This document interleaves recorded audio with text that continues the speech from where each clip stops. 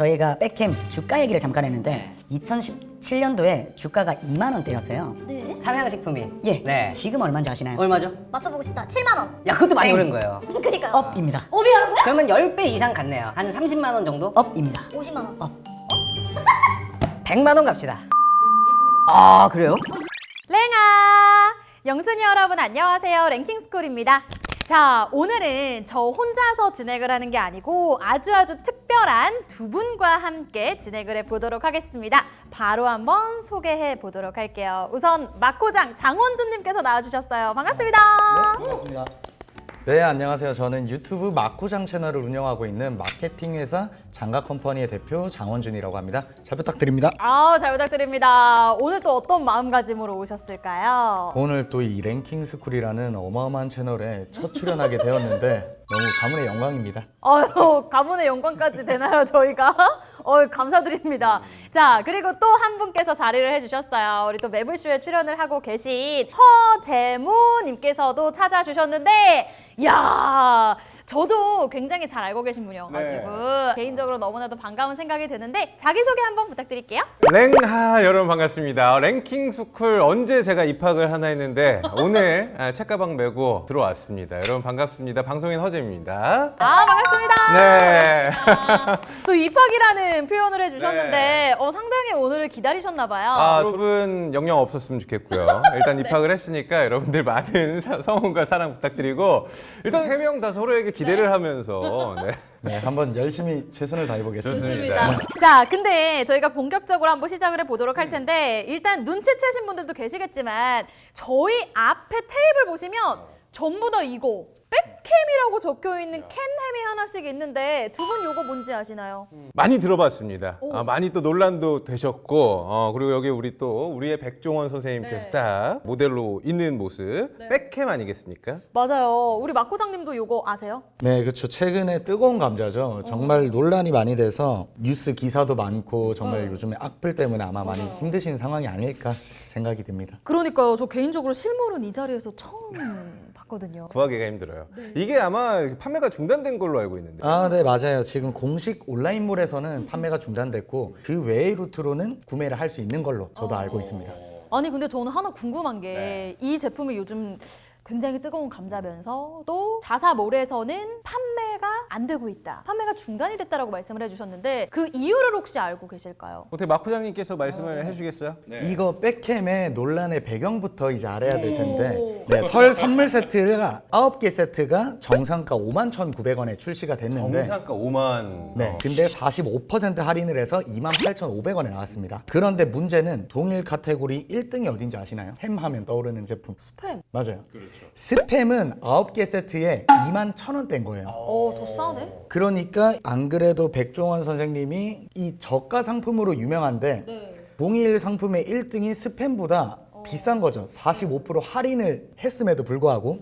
근데 거기다가 문제가 하나가 더 됐어요. 스팸은 이 돼지고기 함량이 91.3%입니다. 근데 이 백햄은 뒤에 보시면 얼마로 돼 있죠? 85.42%. 적네 이게. 예, 단순 비교했을 때 돼지고기 함량도 낮은데 가격은 더 비싸서 문제가 시작이 됐죠. 근데 여기서 하나 좀 짚어봐야 될 거는 일단은 국산이긴 합니다. 그러니까 타사 제품들이 국산이 아닌 경우들이 있어요. 이제 수입산으로 대체를 하는 경우가 있는데 국산 우리 농가를 위해서 뭐 열심히 뛰겠습니다. 이런 얘기는 좀 있지만 그래도 실제 드시는 분 사이에서는 기본 가격 자체가 5만 원대가 너무 비싸고 이걸 할인을 했는데도 업계 1위보다 비싸다 보니까 이거 소비자 우리 좀 기만하는 거 아니야? 이런 얘기가 좀 나오기 시작을 한 거예요. 그러니까요. 뭐 이게 아무래도 구매를 하는 소비자 입장에서 가장 중요한 첫 번째 포인트가 가격이다 보니까 이런 부분에 있어서 어머 이거 뭐야 했을 것 같은데 최근에 그 더본코리아가 상장을 또 했잖아요. 그렇죠. 이 백캠 논란의 영향으로 인해서 현재 뭐 주가에도 크게 영향을 미치고 있다던데요. 사실 그 얘기를 좀 말씀을 드려야 될 것 같은 게 이 백캠 논란을 시작으로 다른 제품으로 논란들이 좀 번지고 있는 상황이거든요, 지금.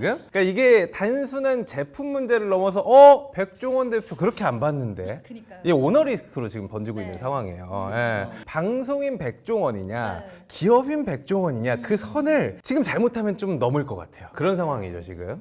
지금 이미 넘어간 상태로 아, 그래요? 보여지고 더번코리아가 상장했을 때 당일에 64,500원까지 시총이 6, 7천원까지 올라갔다가 지금은 절반 이하로 떨어졌습니다. 3만 원. 3만 원까지 떨어졌고 이게 반토막 이상 나고 있는데 이게 저점이 아니라 지금도 여전히 계속 떨어지고 있다는 게 이게 문제가 될 텐데요. 어떻게 지금 들어가면 안 될까요? 저점 매수 느낌으로. 이거는 뭐 저는 그쪽으로는 잘 모르기 때문에 네, 그렇습니다. 왜요? 의향이 있으세요? 늘 관심 있죠. 아, 늘 관심은 늘 있으시고. 관심 있습니다. 네. 하지만 상황 자체를 조금 더 두고 봐야 되지 않을까 하는 생각이 들고요. 그렇게나 인기가 많던, 꺾이지 않을 것 같던 이 백종원 대표에 대한 여론이 하루아침에 점차 바뀌고 있고, 또 이런 이유로 제품의 판매 중지까지 간 게 제 개인적으로도 굉장히 신기하다. 아, 이렇게까지 이런 생각이 막 들기도 하더라고요. 네. 그래서 오늘의 주제. 그래서 주제. 한국에서 놀라운 이유로 판매가 중단된 여러 제품들에 대해서 지금부터 함께 알아보도록 하겠습니다. 자, 첫 번째 이 제품 제가 기사를 통해서 두 분께 한번 힌트를 드려보도록 할게요. 좋습니다. 앞쪽에 같이 한번 보실까요? 제목은 이렇습니다. 지금 물량 다 팔리면 품절, 편의점 불닭볶음면 대란. 왜? 라는. 네, 맞아요. 그 사실 불닭볶음면 자체가 나온 지 굉장히 오래됐는데 지금 대란 때문에 난리라는 내용이거든요. 제가 내용을 조금 더 읽어드리면 26일 업계에 따르면 현재 CU와 세븐일레븐에는 봉지 형태의 불닭볶음면 발주가 중단된 상태다. 서울시 성북구에서 16년째 편의점을 운영하는 40대 A씨는 대체 상품을 발주하려고 해도 마니아층이 두터운 상품이라 대체가 쉽진 않다라며 인기 상품의 공급이 끊기면 매출 타격이 적지 않다고 호소했다. 불닭볶음면 인기가 해외에서도 이어진다는 점을 고려하면 대란 해소는 생각보다 길어질 수도 있다. 그러니까 사실 요약을 하면 이 불닭볶음면 요즘에 없어서 못 판다는 건데, 아니 불닭이 이렇게나 요즘 핫하다고요? 실제로 불닭볶음면이 굉장히 인기가 많습니다. 우리 셋 다 MZ세대 아니겠습니까? 맞겠죠? 서로가 지금 네. 눈빛이 굉장히 많이 흔들리는데 제가 인기 비교를 좀 정리를 해드리자면 첫 번째, 일단 땀이 좀 송글송글하게 맺히는 이 한국인의 매운맛 열풍이 제대로 통했습니다. 매운맛이 우리나라뿐만 아니라 전 세계 해외 팬들한테도 퍼지게 되는데 이유가 있어요. SNS 덕을 굉장히 많이 봐요. SNS에 불닭볶음면 먹기 도전 챌린지 버전들이 굉장히 양산이 많이 되거든요. 여기에 우리 BTS 이 지민님께서 먹방 영상을 올리면서 거의 뭐 불난집에 부채질을 한번 제대로 해주신 겁니다. 지민뿐만 아니라 이제 K-팝 열풍부터 K-드라마 그리고 뭐 오리지널 시리즈죠, 오징어 게임 같은 K 문화가 계속 확산이 되면서 K-식품에도 우리가 좀 관심을 가져보자, 이 바람도 함께 탑니다. 마지막으로 매운맛이긴 매운맛인데 종류가 굉장히 다양합니다. 그렇죠, 뭐 까르보나라부터 그렇지, 시작해서 그렇지. 야끼소바도 있고 마라도 있습니다. 너무 맛있죠. 그러니까 네. 질릴만 하면 다른 맛들이 나오니까 이 젊은 층들 사이에서는 조금 질릴만 하면 다른 맛으로 넘어갈 수 있고 선택지가 굉장히 넓어진 거죠. 그래요. 아니 진짜 말씀을 들어보니까 다양한 이유들 때문에 지금 이렇게나 대란이 일어났구나 싶은데, 근데 사실 저는 그래요. 아니 사실 뭐 새로운 맛이 나온 게 하루 이틀이 아닌데 왜 갑자기 요즘 들어서 이렇게 인기가 많아진 건지 혹시 알 수 있을까요? 불닭볶음면의 탄생 배경을 보면 네. 2012년도에 출시가 처음 됐습니다. 근데 처음 출시가 됐을 때는 국내에서도 반응이 차가웠어요. 왜냐면 너무 맵기만 하니까. 너무 매웠구나. 예, 너무 맵다, 대중성이 없다는 반응들이 많았는데 2015년부터 아까 말씀드렸던 매운 거 먹는 챌린지가 퍼지기 시작합니다. 근데 이게 국내뿐 아니라 동남아에서 먼저 일부 반응이 시작돼요. 근데 2017년도부터 본격적으로 챌린지가 확산되기 시작하면서 글로벌 챌린지 문화가 생기면서 수요가 폭발하기가 시작한 거죠. 그러면서 동남아 처음에 유행을 시작으로 미국, 유럽까지 퍼지면서 불닭볶음면이 의외로 마케팅 비용이 굉장히 매출에 비해서는 극소수로 들어가 있습니다. 적구나. 왜냐하면 챌린지 문화로 자연스럽게 바이럴이 됐기 때문에. 그러면서 아까 저희가 백캠 주가 얘기를 잠깐 했는데 2017년도에 주가가 2만 원대였어요. 네. 삼양식품이. 예. 네. 지금 얼마인지 아시나요? 얼마죠? 맞춰보고 싶다. 7만 원. 야, 그것도 많이 오른 거예요. 그니까요. 업입니다. 오비라고요? 그러면 10배 이상 갔네요. 한 30만 원 정도? 업입니다. 50만 원. 100만 원 갑시다. 100만 원보다는 작은 지금 80만 원대입니다. 그래요? 2017년에 뭐 했어요? 저는 그때 왜 안 샀냐? 왜 안 샀냐? 진짜 나 왜 안 샀냐? 저도 그 기사를 접하고 엄청나게 후회를 많이 했습니다. 이거 사실 비트코인 하지 말고 그때 삼양식품 주식을 샀으면 이게 정말 수익률이 대단한 거잖아요. 식품업계의 비트코인인 거죠. 이렇게까지일 줄은 사실 몰랐거든요. 근데 제가 어디서 들어봤는데 이 불닭볶음면이 너무 잘 나가다 보니까 요즘에는 여기저기서 카피한 제품까지도 나오고 있대요. 사실 지금 해외 매출 비중이 굉장히 높아요. 그러니까 국내보다 해외에서 더 인기가 있다라고 좀 생각을 하시면 되는데 무려 77% 이상 지금 해외 비중이거든요. 그러다 보니까 물량은 부족하고 수요는 많은 상황에서 짝퉁이 등장할 수밖에 없습니다. 뭐죠? 우리나라 편의점만 들어가도 일단 포장지가 굉장히 비슷하거나 아니면 매운맛, 불맛 이런 느낌의 포장지들이 굉장히 많이 나왔어요. 고르다 보면은 불닭인 줄 알고 잡았는데 집에 와보니까 아닌 거야. 그러니까 이 불닭이 저 불닭이 아닌 거죠. 여기다가 해외 비중, 해외 인기가 굉장히 높다 보니까 특히 중국이 좀 심합니다. 거의 비슷하게 카피를 해가지고 내놔서 팔거든요. 실제로 한국 사람이 가서 골라도 굉장히 헷갈리다고요. 거의 완전히 똑같이 베끼는 네. 거예요. 그렇지만 제가 믿고 있는 건 아무리 따라해봐라. 이 오리지널의 맛은 못 따라. 한국인의 매운맛은 못 따라오기 때문에 그렇지만 그거 말고도 이미테이션, 비슷한 상품들에 대한 피해는 입고 있는 게 사실이죠. 그렇군요.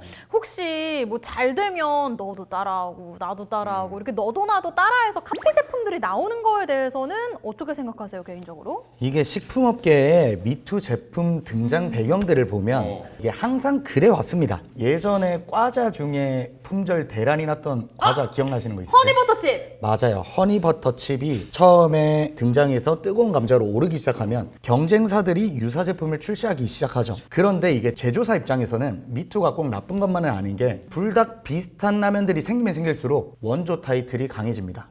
오히려. 네, 원조 타이틀이 강해지고 그리고 그 매운맛 라면에 대한 수요 자체를 늘려주기 때문에 더 쏠리기도 하고 그리고 예전에 하얀 라면 꼬꼬면이라고 아, 그렇지. 있었는데 맞아. 꼬꼬면이 나오고 나서 그때 이경규님? 네. 네, 이경규님이 이제 하면서 엄청나게 라면 나가사키 짬뽕 맞아요. 오만 하얀 라면이 다 나왔었는데 저는 이 미투가 결국에는 소비자들이 맛있어 하는 게 결국에 살아남지 않나 경쟁을 하는 거는 전 좋은 거라고 생각을 합니다. 맞아요. 뭐 저도 개인적으로는 어쨌든 따라해가지고 다양한 제품들이 나오면 저는 소비자잖아요. 네. 소비자 입장에서는 선택의 폭이 넓어지는 거나 솔직히 다름이 없다 보니까 뭐 나쁜 것만은 아니겠다. 어쨌든 삼양도 주가 올랐잖아요. 많이 올랐죠. 네, 결론적으로 뭐 해피엔딩 아닌가 하는 그런 생각이 또 들기도 합니다. 우리 랭킹 스쿨은 짝퉁 많이 없나요?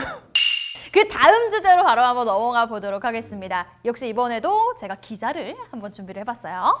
트럼프 시대 믿을 건 이것뿐. 품절 대란의 정체는? 14일 금융권에 따르면 국내 대형 은행들이 금거래소에서 오는 3월 말까지 골드바, 실버바를 공급하기 어렵다는 내용의 공문을 받았다. 한국조폐공사는 골드바를 위탁 판매하는 은행들의 공문을 보내 오는 4월 말까지 골드바 판매 중단을 요청했다. 최근 금값이 급등하면서 안전자산 선호가 강해지고 있고 금 현물 가격은 온스당 2,956달러, 국내 금값은 100g당 15만 7,100원으로 사상 최고치를 기록했다. 이야, 마음이 아픕니다. 야, 지금 금값이 날린 거잖아요. 아니 근데 두 분 뭐 혹시 집에 금 좀 갖고 계세요? 있네. 금리빨 빼고는 제가 다 없습니다. 네, 지금 안에 있는 금리 말고는 전 금을 가지고 있는 게 없기 때문에 이거요. 이거 있었네. 그것도 금 아니에요? 근데 이거 팔면 큰일 나요. 네. 제 인생이 큰일 납니다. 네. 그럼 우리 막 부장님은요? 저는 참 세상이 제 편을 안 들어주는 게 제가 사면 내리고 팔면 오르더라고요. 꼭 말씀 좀 해주세요. 파실 때 말씀해 주시고 사실 때 말씀해 주시고. 제가 한번 꼭 네. 말씀드릴게요. 알겠습니다. 맞네, 저도 공유 좀요.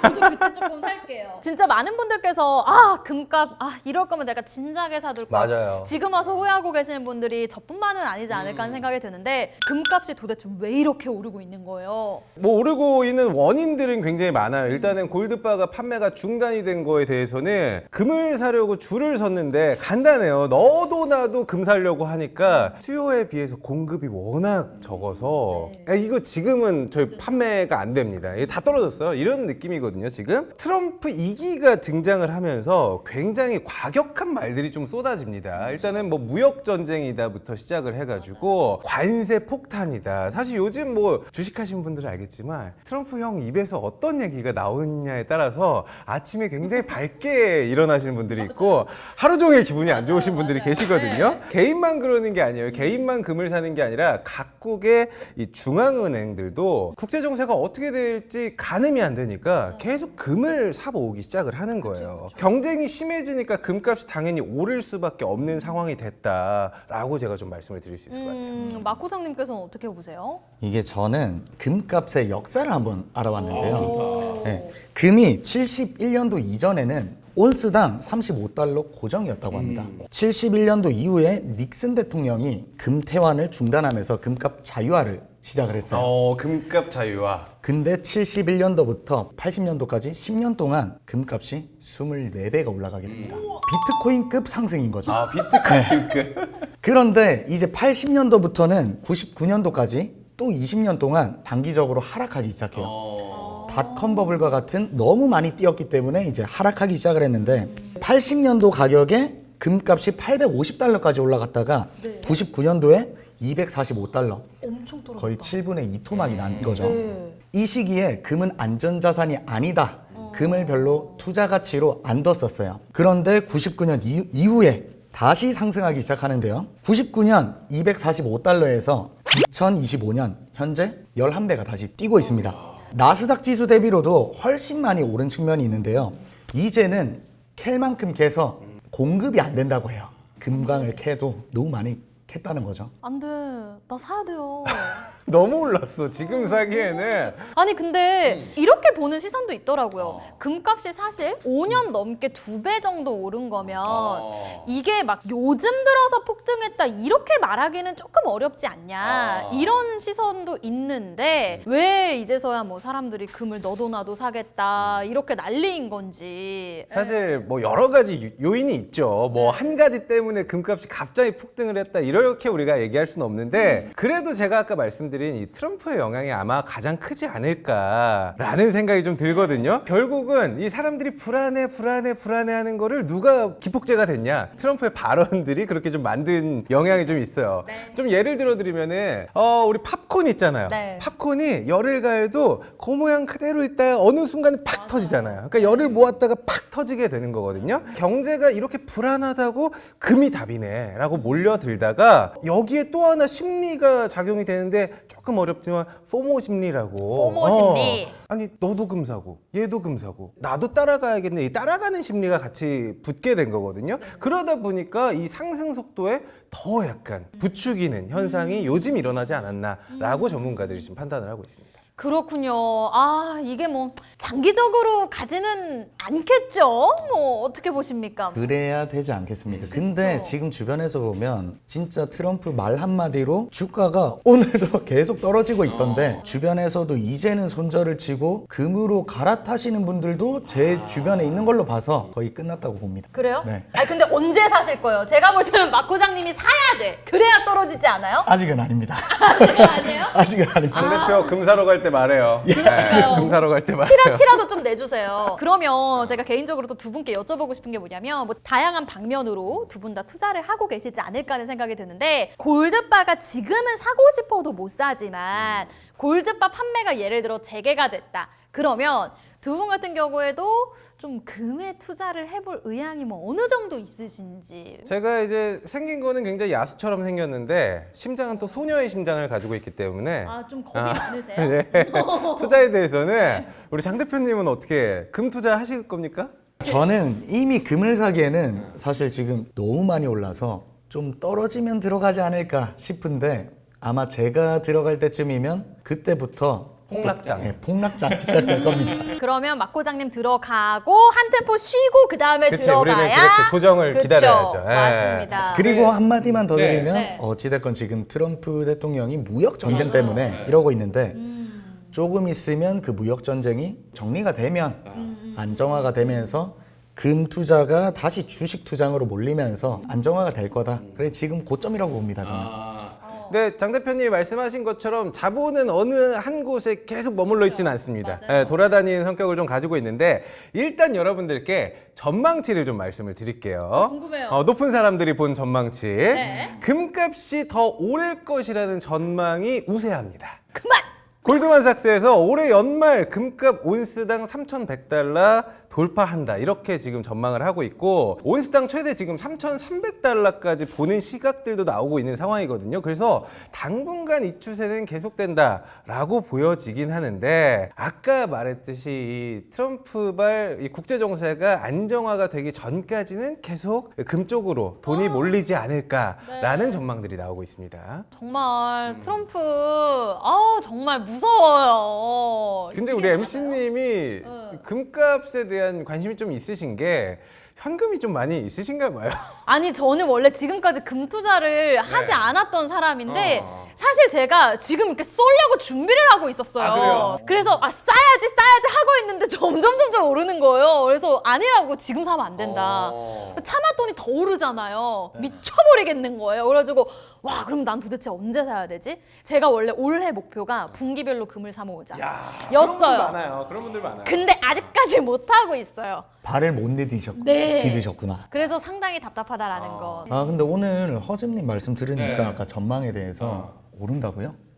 그러니까 당신이 들어가면 골드만삭스를 이길 수가 있어요. 떨어지 그때부터 그냥 지금 떨어집니다. 들어오실래요? 오늘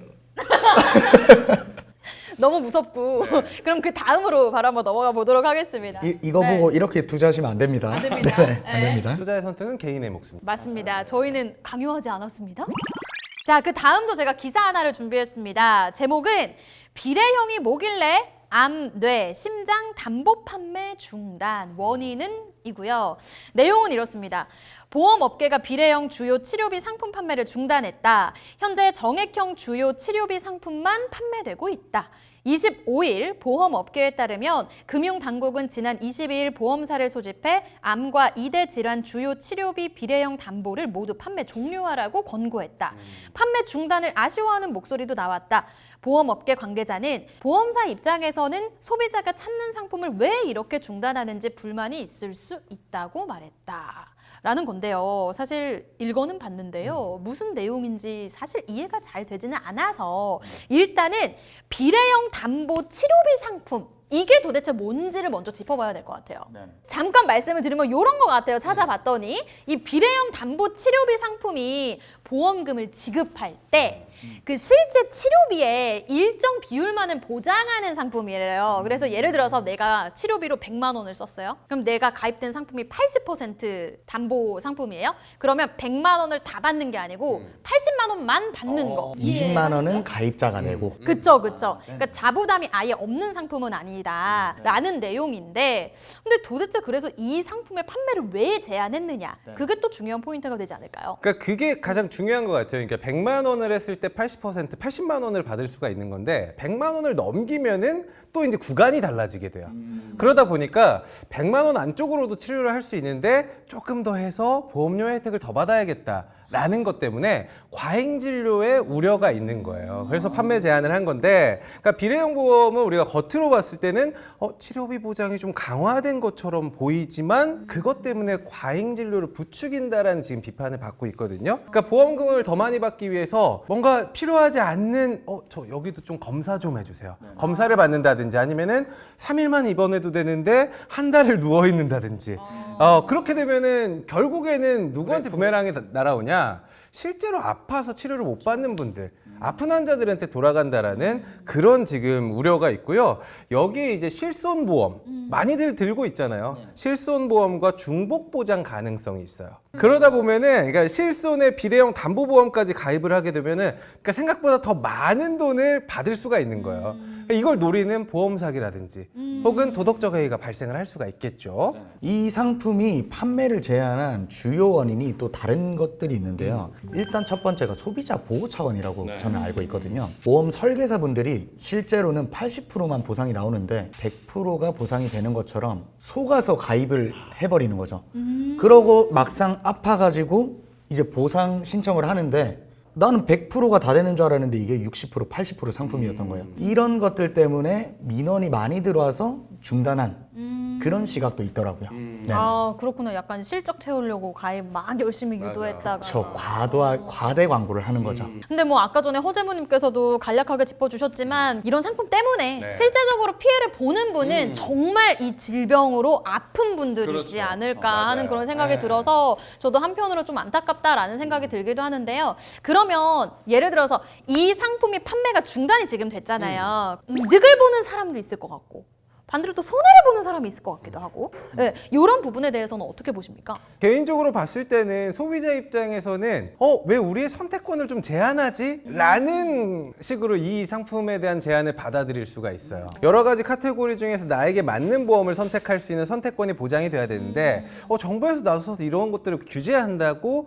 하면서 이 선택권에 대한 제한이 있는 경우들이 있거든요. 그렇지만 아까 말씀드렸듯이 과도한 어떤 그 보험사들의 경쟁 때문에 실제적으로 이 손해를 보시는 분들이 혜택을 받아야 될 환자분들 혹은 가입자분들이 될 수 있기 때문에 이런 과도한 경쟁을 유도하는 상품들은 제한할 필요가 있다라고 지금 당국에서는 보고 있는 거죠. 저는 약간 중립인 것 같아요. 요거에 대해서는. 왜냐하면 사실 이 보험이라든지 금융상품에 대해서는 전문적인 영역이기 때문에 맞아요. 내가 뭐라 할 수가 없네. 개개인마다 다 다릅니다. 뭐 질병이 있으신 분들도 있고 또 유전 질환을 앓고 있는 분들도 있고 앞으로 내가 뭐 어떤 보험을 선택할지 모르시는 분들이 있기 때문에 사실 우리는 뭐 지금 이거에 대한 이 논란에 대한 걱정일 뿐이지 이 개개인별로 좀 맞는 정직한 이 판매를 하신 분들이 많아졌으면 하는 바람이 있습니다. 맞습니다. 그럼 저는 개인적으로 또 여쭤보고 싶은 게 두 분이 가입하고 계신 보험 상품 혹시 어떤 게 있는지 여쭤봐도 될까요?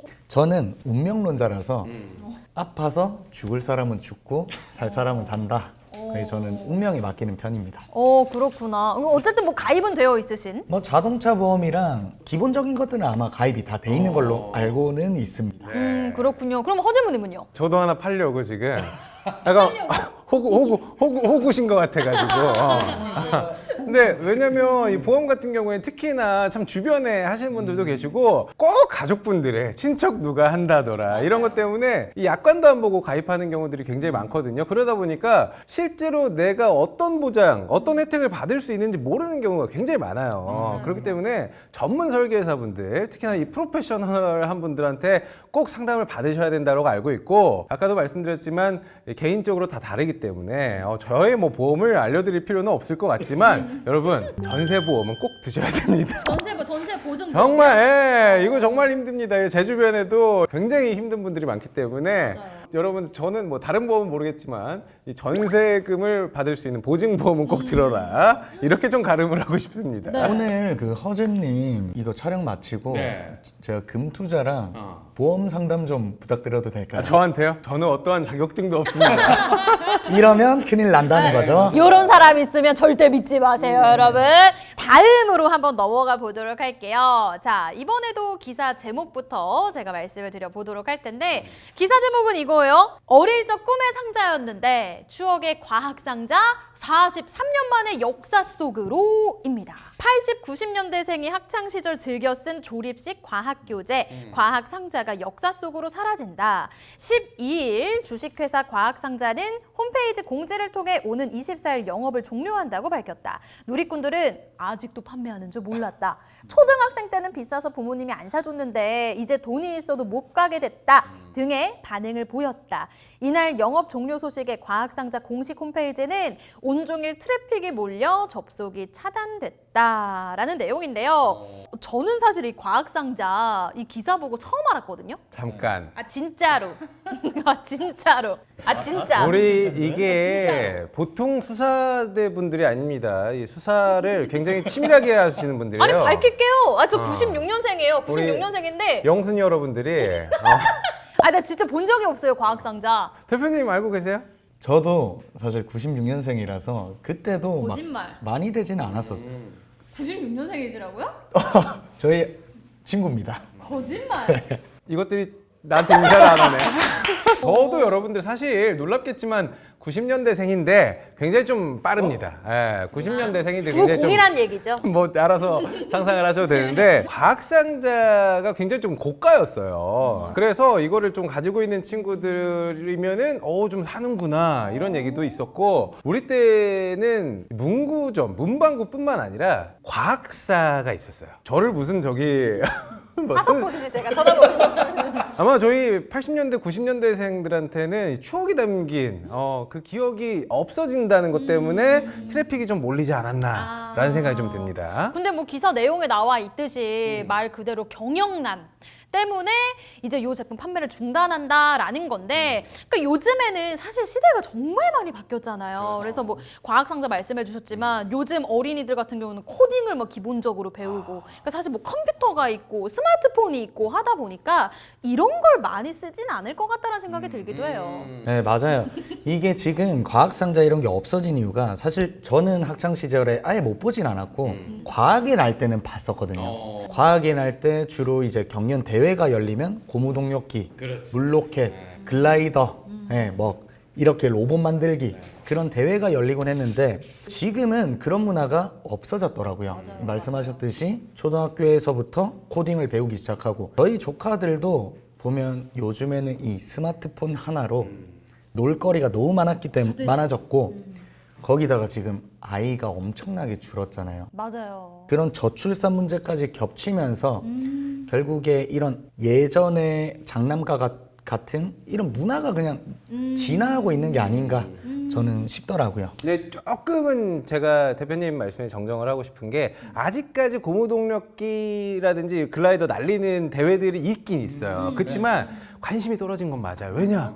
드론을 날릴 수 있는 시대가 됐는데 나는 이게 열심히 만들어가지고 실 매달아가지고 날렸는데 옆에는 그냥 건전지 하나 끼고 막 날아다니고 있는데, 흥미가 굉장히 그쪽으로 이동을 한 것도 맞고, 과학상자가 없어진 게 일반적으로 좀 봤을 때 이 시대를 좀 반영하는 게 아닌가라는 생각이 좀 들긴 해요. 왜냐면 워낙에 콘텐츠 소비가 디지털 쪽으로 많이 바뀌고 있어요. 그러니까요. 과학상자 자체는 정말 그냥 과학상자 열면 그 안에 이 교구를 어떻게 활용하세요 라는 이제 설명서를 보면서 하나하나 맞춰나가고 조립해나가는 느낌인데, 요즘은 그게 아니라 전자식으로 정말 컴퓨터로, 맞아요. 태블릿으로 코딩하고 게임하고 이런 시대다 보니까, 그런 어떤 시대적인 반영이 결국에는 이런 아날로그 교구들이 없어지는 거구나, 이 시대상이 반영된 결과라고 봐야죠. 거기에 경영난까지 더해지니까 당연히 없어질 수밖에 없죠. 맞아요. 근데 또 제가 알기로는 과학상자 측에서도 이 시대에 발맞춰 가기 위해서 상당한 노력을 하신 것 같긴 하더라고요. 뭐 예를 들어서 저희가 계속해서 얘기 나오고 있는 게 코딩이잖아요. 근데 뭐 그 코딩 교육과 연계해서 코딩 과학 상자 뭐 이런 제품이 나오기도 했었고, AI 에 관련된 제품들을 여러 개 출시를 한 적도 있다고 하더라고요. 근데 아무래도 이제 좀 뒷순위로 밀리다 보니까, 그리고 사실 요즘에 그렇잖아요. 우리 어렸을 때만 해도 고민하는 그런 시간들이 있었어요. 안 되면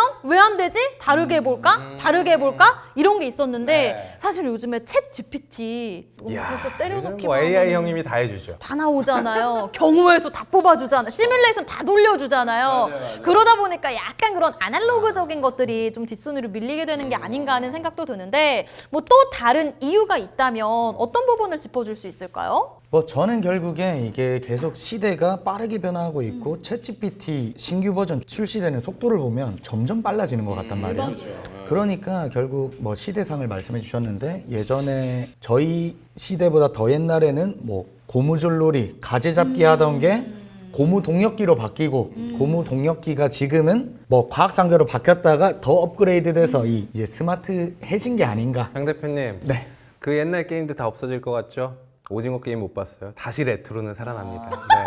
레트로는 다시 살아날 수밖에 없고 개인적 좀 바람으로 과학상자가 좀 없어지기 전에, 이런 이 아날로그 놀이들이 없어지기 전에 콜라보를 좀 많이 했으면 좋겠어. 뭐 콜라보, 하이브와 콜라보해서 과학상자 하면은 뭐가 나올 수 있을까요? BTS 형들이 이렇게 딱 등장을 해가지고 어디서 나와요? 뭐 이제 포토카드가 들어가 있을 수도 있는 거고, 좀 이런 식으로 엔터와의 어떤 그러면 이 우리나라 과학상자가 해외로 또 나갈 수 누가 합니까? 맞아. 아니 근데 이거 되게 좋은 아이디어인 것 같은 게 굿즈가 될 수도 있죠. 맞아요. 그리고 과학상자를 주로 소비하는 청소년층이다 맞아요. 보니까 청소년층의 영향을 가장 많이 주는 게 아이돌이잖아요. 이거 아이디어 괜찮은 것 같은데? 괜찮습니다. 그리고 두 사람이 96년생이라는 거에 다시 한번 놀라고 정리를 좀 해주시죠. 저는 막고장님께서 96년생이라는 거에 다시 한번 놀랐다라는 말씀을 드리면서 그 다음으로 한번 넘어가 보도록 네. 하겠습니다. 자, 그 다음도 기사 제가 준비를 해봤어요. 제목은 이래요. 이마트 노브랜드 한입 쌀과자서 수세미 추정 이물 검출, 식약처 회수 조치. 자, 내용입니다. 지난달 31일 식약처는 이마트가 수입 판매한 중국산 한입 쌀과자 제품에서 금속성 이물이 혼입된 사실이 확인돼 해당 제품의 판매를 중단하고 회수 조치 중이라고 밝혔다.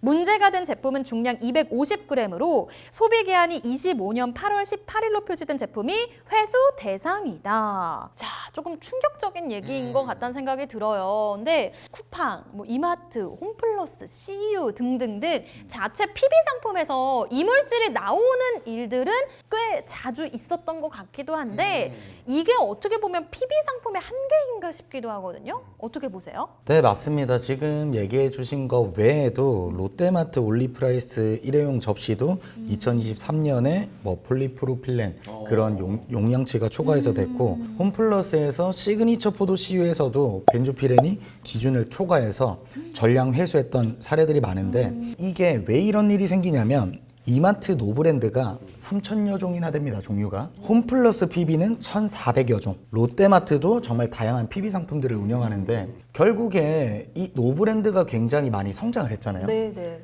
그게 품목이 점점 늘고 소비자들이 살 게 많으니까 또 저희가 저렴한 가격에 노브랜드에 열광하고 하는데 그 PB 상품들끼리도 경쟁을 하다 보니까 이 기업들에서도 품목을 계속해서 늘리다 보니까 3,000개, 4,000개 이게 관리가 안 되는 거죠. 관리가 안 되는 거야. 네, 관리가 안 되는 거죠. 결국에 이렇게 엄격하게 품질 관리를 하면 좋지만 3,000개, 4,000개 기업들도 그 인력을 하면 결국에 또 그 단가가 안 나오는 거예요. 그게 지금 가장 문제인 것 같아요. 아니 근데 그러면 단순하게 생각하면 좀 줄이면 되는 거 아니에요? 그러니까 줄일 수가 없는 게 인기가 많아지니까 이 수요를 또 따라가야 되는 거예요, 공급이. 근데 그 중에서도 줄 세우기는 가능할 거 아니에요?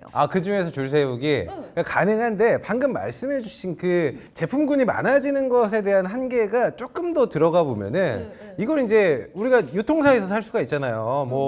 PB 제품이라고 하면 노브랜드 가서 살 수가 있고 이러는데 노브랜드 거라고 노브랜드에서 만들지 않고 쿠팡 거라고 쿠팡에서 만들질 않아요. 그러니까 OEM을 주는 거예요.